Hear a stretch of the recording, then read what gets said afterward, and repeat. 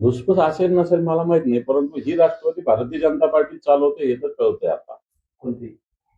जे भेटले ते पार्थ पवार असेल किंवा सुनील तटकरे असतील किंवा भुजबळ मुंडे असतील, हे लोक त्यांच्या पक्षाचे गाऱ्हाणे जर देवेंद्रजींकडे मांडत असतील तर याचा स्पष्ट अर्थ असा आहे की ती राष्ट्रवादी काँग्रेस देवेंद्रजी फडणवीस चालवतात आणि भारतीय जनता पार्टीची नियत अशीच आहे आणि अशीच राहणार.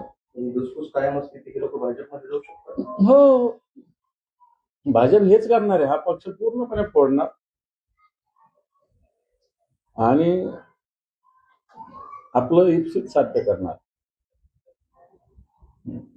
राष्ट्रवादी काँग्रेस फुटीच्या उंबरठ्यावर असं वाटतं की असं इतक्या लवकर नाही, परंतु येणाऱ्या काळात अजून वर्षभराने या सगळ्या गोष्टी होतील असं दिसतंय.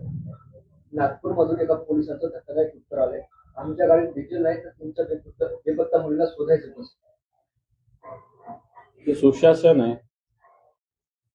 हे 2047 ला बनणार देश आहे. अमृत काळ आहे हाच आहे ना यांचा अमृत काळ भारतीय जनता पार्टीचा असाच.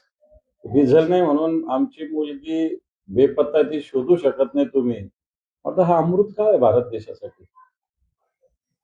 रायगडचं पालकमंत्रीपद शिंदेच्या शिवसेना जाणार असल्याची माहिती आहे आणि रायगड रत्नागिरी जागा स्वतःच्या राष्ट्रवादी सुद्धा नाही. मला असं वाटतं जनरली ज्याची जागा असते त्याला ती लढायला मिळत असते. तशी तिथं भेटणार असेल तर कोणत्याही पक्षाचं असंच अलायन्स होत असतं, कारण ती जागा त्यांचीच राष्ट्रवादीची होती. मला आणि ते तटकरे तिथला उमेदवार होता आणि असं होईल असं दिसतंय.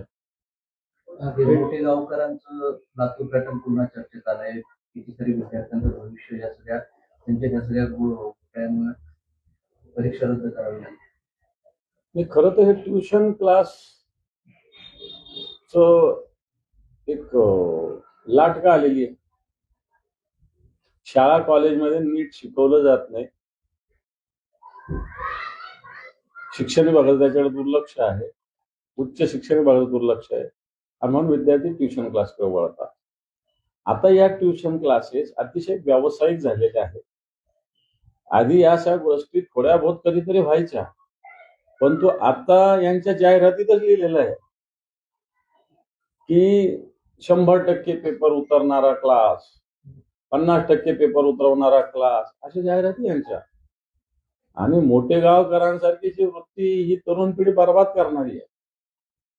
म्हणून याचे पाळमुळं खणलं पाहिजे आणि या खाजगी ट्युशन क्लासेसवर सरकारने मला असं वाटतं काहीतरी नियंत्रण आणलं पाहिजे.